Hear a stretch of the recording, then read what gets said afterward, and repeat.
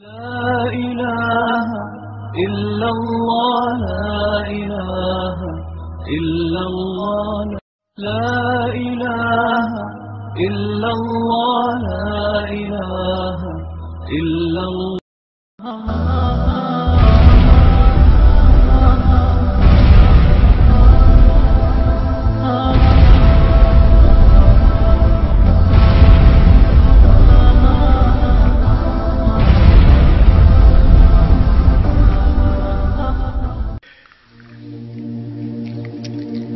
اللہ تعالیٰ نے جنت میں ایک فرشتہ پیدا کیا.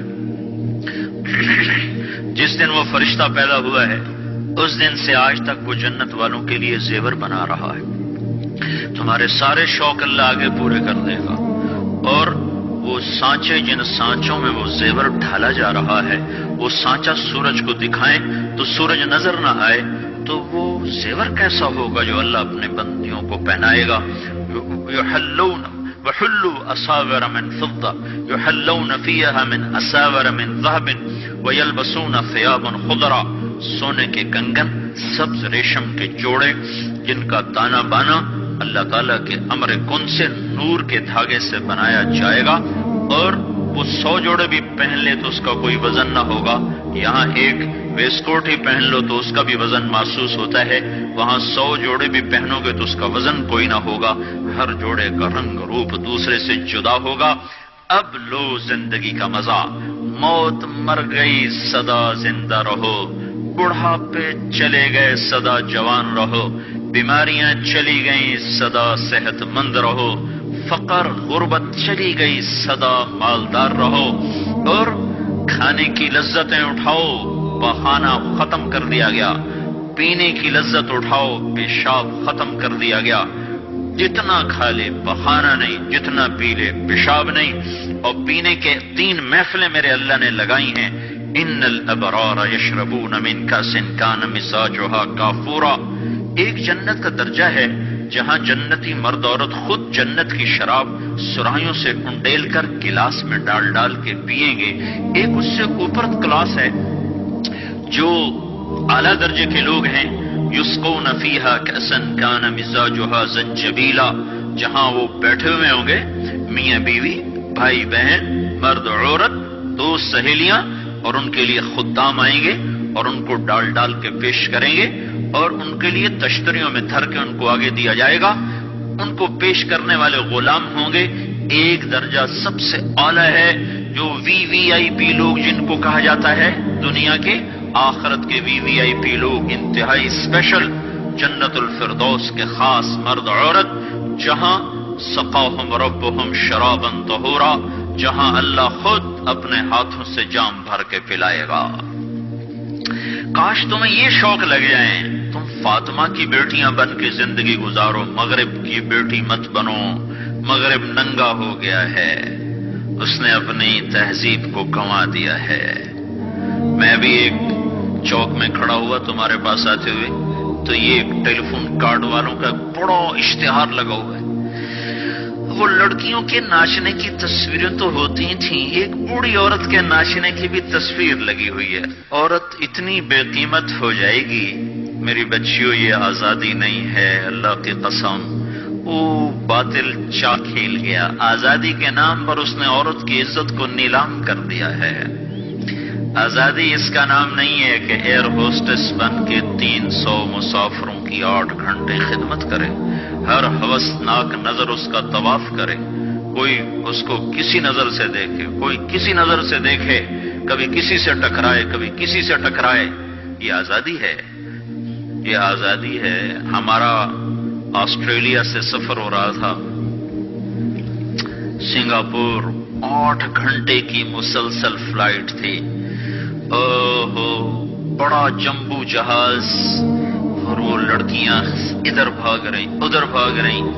ایک مجھے وہاں خیال آیا. دوسری دفعہ ہمارا سفر نیو یارک سے تھا. نیو یارک سے ہم چلے اور قاہرہ ہم اترے. قاہرہ 11 گھنٹے کا مسلسل جہاز کا سفر، مسلسل 11 گھنٹے ایک ٹانگ پہ کھڑے ہو کے لڑکیاں بھاگ رہی، وہ لڑکے ایئر ہوسٹس بھاگ رہی ہیں. اور اس کے ساتھ 300-350 کا مسافر جہاز ہے. ہر نظر ان کو طواف بھی کرتی ہے، بلاتی بھی ہے، پکارتی بھی ہے، یہ پاگل. اور ایک لڑکی گھر بیٹھ کر اپنے خامند کی خدمت کرتی ہے، اپنے بچوں کو پالتی ہے، اور اس کا خامند اس کو باہر سے کما کے لا کے دیتا ہے اور اسے گھر میں عزت کے ساتھ رکھتا ہے. اس کا نام غلامی رکھا، اس کا نام آزادی رکھا. ہوٹل میں وہ چائے سرو کر رہی ہے، یہ آزادی ہے. اور وہ کاؤنٹر پہ جنرل سٹور پر 8 گھنٹے کھڑے ہو کر وہ سارا دن تھکن سے چور ہو جاتی ہے، پھر اس نے گھر جا کے کھانا خود تیار کرنا ہے. وہ گھر میں اس کا خامند کوئی نہیں بیٹھا، وہ بوائے فرینڈ ہے، وہ آج اس کے ساتھ ہے، کل کسی اور کے ساتھ ہوگا. ایک ڈرامہ رائٹر تھے اشفاق احمد خان رحمت اللہ علیہ، میری ان سے اچھی دوستی تھی. تو جب ایک دفعہ ہماری ان سے ملاقات ہوئی، جنید جمشید نے ان دنوں تازہ تازہ گانا چھوڑا تھا، توبہ کی تھی، تو وہ ابرار مجھے ملنے کے لیے، ابرار یہ جو آج کل گانے گاتے وہ مجھے ملنے کے لیے آئے. تو ہم ایک گھر میں تھے، تو وہ اشفاق صاحب کہنے لگے کہ میں اس تبلیغ کے کام سے متاثر ہوا انگلینڈ میں، کہ ہم ایک پارک میں بیٹھے تھے، ایک جماعت آئی تبلیغ والوں کی، انہوں نے آ کے مغرب کی اذان دی، نماز شروع کر دی. 15-16 لڑکیاں وہاں کھڑی تھیں. ایک نماز ختم ہوئی تو لڑکیاں آگے بڑھیں، تو میں نے اپنی بیوی سے کہا چلو ہم بھی چل کے سنیں یہ کیا کہتے ہیں. تو جب وہ پہنچے ہم وہاں، تو وہ لڑکی نماز پڑھانے والے سے کہہ رہی تھی آپ انگلش جانتے ہیں؟ اس نے کہا جانتا ہوں. کہا آپ نے کیا کیا ہے؟ کہا ہم نے عبادت کی ہے. اس لڑکی نے کہا آج تو اتوار نہیں. انہوں نے کہا ہم دن میں 5 دفعہ پڑھتے ہیں. 5 دفعہ. مجھے نہیں پتا ان بچیوں میں کتنی ہیں جو 5 دفعہ نماز پڑھتی ہیں، شاید کم ہی ہوں گی. اللہ کرے تم سب کو یہ دولت نصیب ہو جائے. یاد رکھنا سجدوں میں سر رکھے بغیر نہ کبھی کسی نے اللہ کو پایا نہ پا سکتا ہے، اور سجدوں میں آنسو بہائے بغیر نہ کبھی کسی نے دل کی دولت کو سمیٹا ہے نہ کوئی سمیٹ سکتا ہے. یہ دل کا چین و سکون میرے اللہ کی قسم پیشانی کو زمین پر رگڑنے میں ہے اور اس پیشانی پر آنسو بہانے میں ہے. باتوں سے بات نکل آتی ہے. جنید جمشید 1997 میں سب سے پہلے مجھے ملا. مجھ سے کہنے لگا مولوی صاحب ایک پاکستانی جس گلیمر کو خوابوں میں دیکھتا ہے، جس زندگی کا خواب دیکھتا ہے، وہ زندگی مجھے حاصل ہے. میرے پاس دولت بھی ہے، عزت بھی ہے، شہرت بھی ہے، چاروں طرف میری زندگی رقص کرتی ہے، لیکن اس کے باوجود میرے اندر اندھیرا ہے، خلا ہے. میں اس کے الفاظ بڑے خوبصورت. کہنے لگا میں وہ کشتی ہوں جس کا کوئی ساحل نہیں. اللہ اکبر. یہ کیا وجہ ہے؟ مجھ سے کہنے لگا یہ کیا وجہ ہے، ایسا کیوں ہے؟ میری تو ہر خواہش مجھے حاصل ہے. اور بالکل یہی بات چند لفظوں کی تبدیلی کے ساتھ مجھے سعید انور نے کہی جب وہ 3 دن کے لیے ہمارے ساتھ نکلا پہلی دفعہ. مجھ سے کہنے لگا میں یہ سوچا کرتا تھا عزت، دولت اور شہرت یہ میری زندگی کا مقصد ہے. صرف 22 سال میں مجھے سب کچھ مل گیا، عزت بھی، دولت بھی، شہرت بھی، لیکن دل اسی طرح پریشان. 100 بار چمن مہکا، 100 بار بہار آئی، دنیا کی وہی رونق، دل کی وہی تنہائی.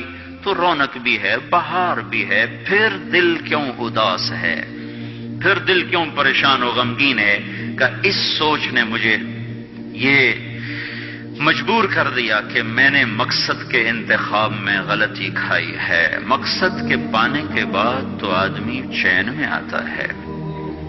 مجھے اگر عزت، دولت، شہرت میرا مقصد ہے تو مجھے مل چکا ہے، پھر مجھے چین کیوں نہیں، پھر مجھے سکون کیوں نہیں؟ تو مجھے پتا چلا کہ نہیں، مقصد زندگی کچھ اور ہے. میں کہا شکر کرو تمہیں جلدی پتا چل گیا.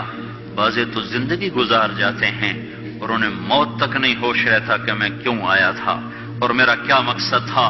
جو لوٹ آئیں کچھ کہنا نہیں، بس دیکھنا انہیں غور سے، جنہیں منزلوں پہ خبر ہوئی کہ یہ راستہ کوئی اور تھا. چل چل تھک گئے، جب آگے پہنچے تو دیکھو غلط جگہ آ گئے. واپس مڑنے کا وقت ختم ہو چکا ہے، شام ہو چکی ہے، اندھیرے چھا چکے ہیں، اب واپس مڑنے کا راستہ نہیں ہے. شکر کرو کہ اللہ تعالیٰ نے ہمیں ایمان کی دولت عطا فرمائی اور تم 22 سال کے، تم جلدی 30 برس کی عمر میں ہی تمہیں ہوش آ گیا کہ نہیں نہیں میری زندگی کا مقصد کوئی اور ہے۔ اس نوجوان نے کہا ہم دن میں 5 نمازیں پڑھتے ہیں۔ اس لڑکی نے کہا یہ تو بہت زیادہ ہے۔ تو اس نوجوان نے کہا، لمبی خیر بات ہو جائے گی، آخری بات بتاتا ہوں۔ تو جب وہ بات ختم ہو گئی تو اس لڑکی نے آگے ہاتھ بڑھایا کہ اچھا خدا حافظ۔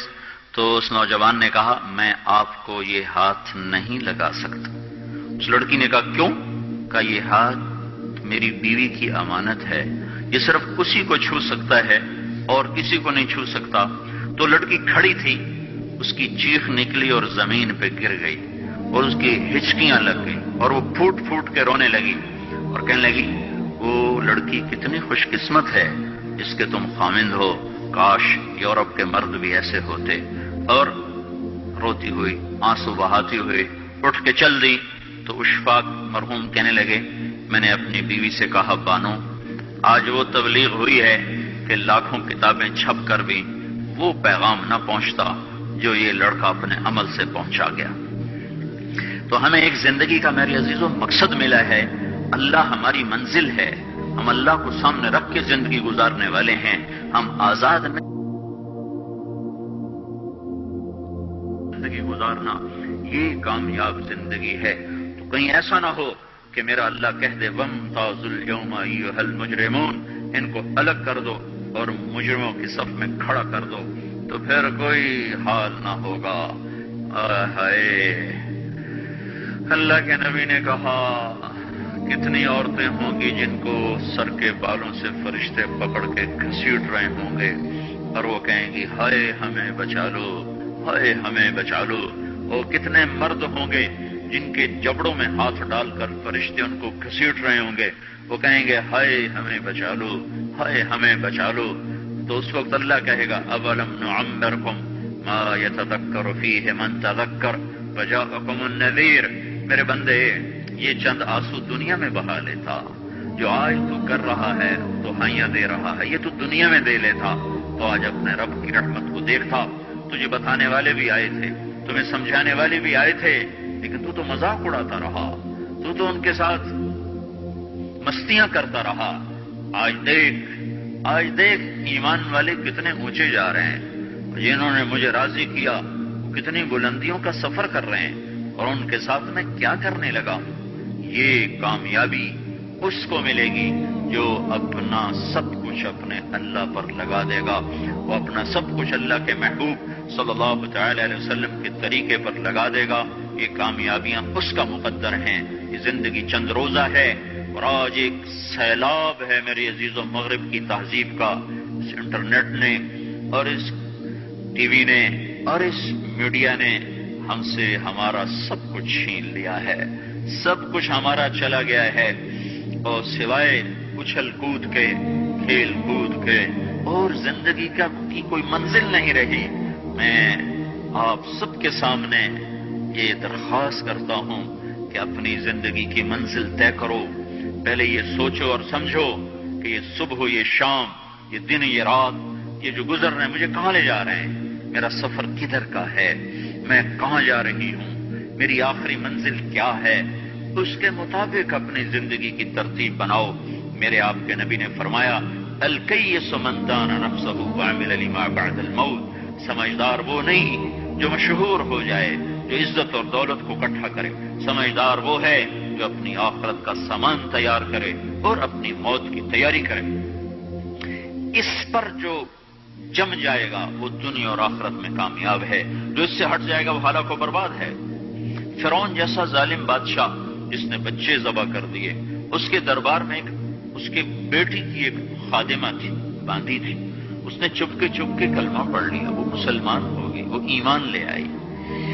ایمان ایسی دولت ہے جو چھپے نہیں چھپتا، وہ نظر آتا ہے، جہاں نظر آتا ہے وہاں روشنیاں پھیل جاتی۔ میں جب سے کالج چھوڑا میں کبھی ہوٹلوں میں نہیں گیا، یہ 5 اسٹار ہوٹل کا اس وقت ہم جایا کرتے تھے جب کوئی وہاں جانے کا نام نہیں لیا کرتا تھا۔ چھوٹی عمر میں لاہور چلے گئے، ماں باپ جیب میں پیسے ڈال دیتے تھے، وہ سمجھتے تھے پڑھ رہے ہیں، ہم کچھ اور کاموں میں ہوتے تھے۔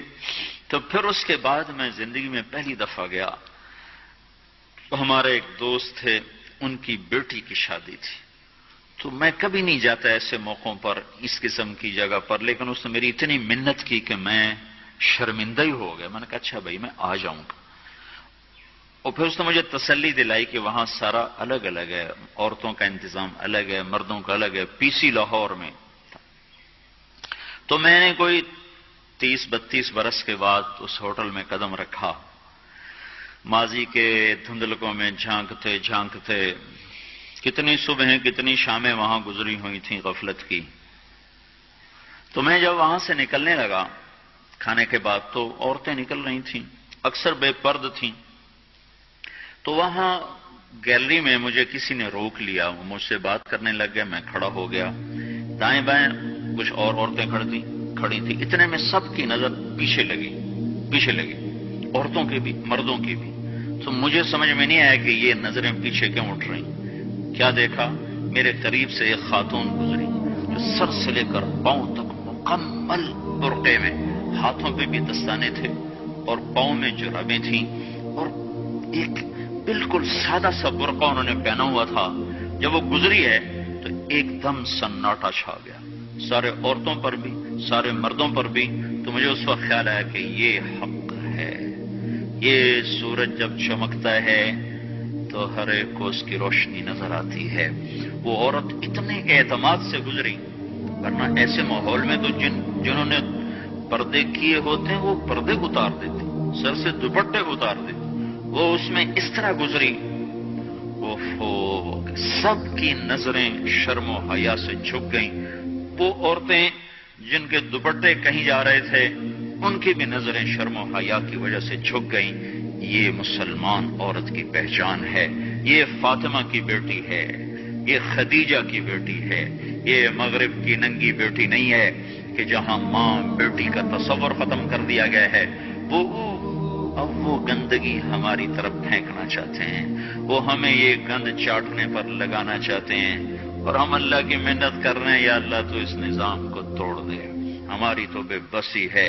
ہماری بیٹیوں کے سر سے دوپٹے اتر گئے، کپڑے مختصر ہو گئے. عجب حال ہے. حیا پتہ نہیں کہاں ہی روٹ کے چلا گیا، نظر ہی نہیں آتا. پہاڑوں میں جا کے بھی ڈھونڈا، وہاں بھی نہیں ملا. صحراؤں میں گئے، دریاؤں میں گئے، کہیں نہیں ملا. کبھی ایک صفت ہوا کرتی تھی، آج پتہ نہیں کہاں سے ملے گی، کس بازار سے ملے گی. وہ منڈیاں ہی بند ہو گئیں.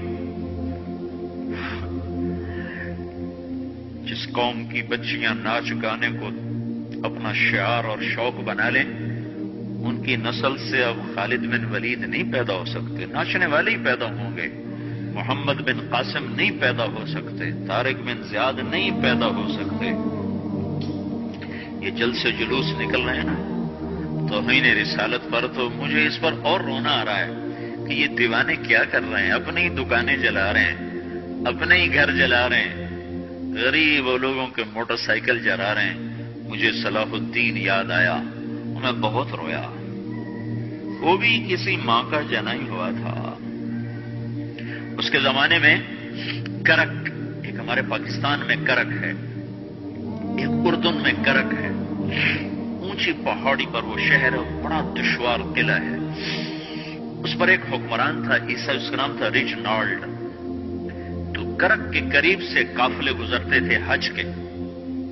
تو اس نے ایک دفعہ حاجیوں کے قافلے پہ حملہ کیا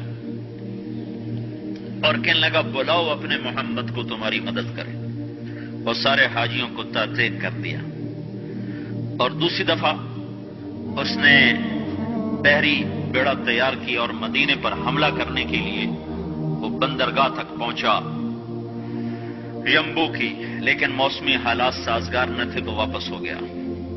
تو حطین کی لڑائی ہوئی ہے فلسطین میں، جس میں سارا یورپ اپنی طاقت کے ساتھ میدان میں اترا تھا، اور ادھر تنہا صلاح الدین ایوبی رحمت اللہ علیہ اکیلا اس لشکر سے ٹکرایا تھا. اور انہیں اس میں ساری رومن امپائر کو شکست ہوئی تھی. تو بڑے بڑے بادشاہ اس میں گرفتار ہوئے. تو اس میں ریجنالڈ بھی گرفتار ہو کے آیا. تو کوئی 12 بادشاہ تھے ریاستوں کے جو سامنے اس کے پیش کیے گئے. تو پیاس کی شدت سے سب کا برا حال تھا. تو صلاح الدین نے سب کو پانی پیش کیا، ریجنالڈ کو نہیں پیش کیا۔ تو یروشلم کا جو بادشاہ تھا ہمفرے، اس نے اپنا پانی بچا کے اس کو دیا۔ تو صلاح الدین نے کہا یہ پانی تو دے رہا ہے، میں نہیں دے رہا ہوں۔ اسلام میں یہ ہے جب کسی کو پانی پلا دو تو اس پہ تم ہاتھ نہیں اٹھا سکتے، یہ امن کی نشانی ہے۔ تو صلاح الدین نے فوراً اسے کہا یہ پانی تو نے دیا، میں نے نہیں دیا۔ تو پھر انہوں نے ریجنالڈ کو اسلام کی دعوت دی کہ تو مسلمان ہو جا، میں تجھے دعوت دیتا ہوں۔ اس نے انکار کر دیا، کہا میں نہیں ہوتا۔ تو انہوں نے کہا میں نے تیرے قتل کی 2 دفعہ قسم کھائی تھی۔ ایک جب تو مدینے پہ حملہ آور ہوا تھا تو میں نے قسم کھائی تھی میں تجھے اپنے ہاتھوں سے قتل کروں گا، اور دوسری دفعہ جب تم نے حاجیوں پہ حملہ کر کے کہا تھا بلاؤ محمد کو، تو میں نے قسم کھائی تھی کہ مجھے اللہ نے موقع دیا تو میں اپنے ہاتھ سے تیری گردن اڑاؤں گا۔ آج محمد کا ادنا غلام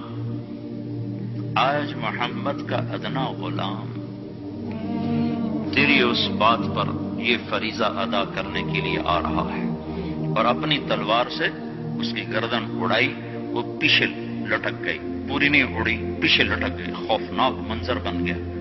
تو سارے بادشاہوں پہ کپ کپی طاری ہو گئی۔ تو صلاح الدین فرمانے لگے ہمارے مذہب میں یہ نہیں ہے، بادشاہوں کے ساتھ ہم بادشاہوں جیسا ہی سلوک کرتے ہیں، پر یہ حدود سے آگے چلا گیا تھا۔ اب مجھے یہ قصہ بھولا ہوا تھا، مجھے انہی حادثوں میں، انہی ہنگاموں میں وہ یاد آیا، تو بعد تنہائیوں میں بیٹھ کے بے بسی کے آنسو بہ جاتے ہیں، اور اس کے سوا کوئی چارہ نہیں ہے۔ ہماری ساری نسل موسیقی میں ڈوب چکی ہے، جو بدن سرتال پہ تھرکتے ہوں، جو بدن موسیقی کے اوپر ہلتے ہوں، رقص میں آتے ہوں، ان پہ کانٹے ہی اگیں گے، ان پہ صلاح الدین کا پھول نہیں اگ سکتا، ان میں محمد بن قاسم کے پھول نہیں اگ سکتے۔ پانچ ہو گئی ہے ہماری نسل، اور یہ یورپ کا سحر جو چل گیا ہے، ہماری بے بسی ہے، ہماری بے بسی ہے۔ میں تو بس منت ہی کروں گا اپنے آپ کو پہچانو، اپنی ہستی حیثیت کو پہچانو، اپنی نسبت بدلو۔ تمہاری نسبت یورپ کے ساتھ ہو کے اگر موت آئی بے قیمت ہو جائیں گے، اگر مدینے والے کی نسبت مل گئی تو حضرت فاطمہ کے دائیں بائیں تمہیں بھی کھڑا کر دیا جائے گا، حضرت خدیجہ کے دائیں بائیں تمہیں بھی کھڑا کر دیا جائے گا۔ چند دن ہیں، صبر کر لو، گھٹ گھٹ کے مر جانا ہی بیٹیوں کی روایت ہے۔ مشرق کی بیٹی اس نے گھٹ گھٹ کے مرنا ہی سیکھا ہے۔ ہاں، یہ آزادی، یہ آوارگی، یہ مغرب کی عورت کا خاصہ ہے، اور 18ویں صدی تک مغرب میں بھی کوئی عورت ایسے ننگی نہ تھی، اور گھر کی زندگی تھی۔ 1792 میں لندن میں ایک عورت تھی، میری والسٹون کرافٹ، اس نے آزادی نسواں پر سب سے پہلے کتاب لکھی تھی کہ عورتوں کو آزاد کیا جائے۔ اس آزادی کا زہر ہے جو آج بھرا ہوا ہے۔ پھر اسی لندن میں 1792 1998 200 سال گزرے کہ اسی انگلینڈ کا سروے کیا گیا، عورتوں سے پوچھا گیا تم گھریلو خاتون بن کے رہنا چاہتی ہو جو اسی طرح جیسے آج زندگی ہے؟ 98% عورتوں نے کہا ہم گھر کی خاتون بن کے رہنا چاہتی ہیں، لیکن ہمیں خاوند میسر نہیں ہے، ہمیں بوائے فرینڈ ملتے ہیں جو ٹیشو پیپر کی طرح مسل کے ہمیں پھینک دیتے ہیں۔ تو اس غلاظت کا انہیں بھی پتہ چل چکا ہے، لیکن اب وہ نکل نہیں سکتے۔ جو نکالنے والے تھے وہ خود اس پر ریچھ گئے۔ نکالنا ہم نے تھا، ایمان والوں نے، ہم خود اس زندگی پر ریچھ گئے ہیں۔ اپنے آپ کو نکالو اس دلدل سے۔ ہماری بیٹی کی عزت یہ نہیں ہے کہ وہ زینت محفل بن کے بیٹھی ہو، ہماری بیٹی کی عزت یہ ہے کہ اس کا ناخن بھی نظر نہ آئے۔ ہماری معراج یہ نہیں ہے کہ وہ اسٹیج پہ ناچ رہی ہو، ہماری معراج یہ کہ وہ رات کی تنہائی میں قرآن کے سامنے بیٹھ کے رو رہی ہو۔ مجھے یاد ہے بچپن میں ہم چھوٹے چھوٹے تھے، ہمارے باپ ہمیں زبردستی مسجد لے جایا کرتے تھے، تو گھر گھر سے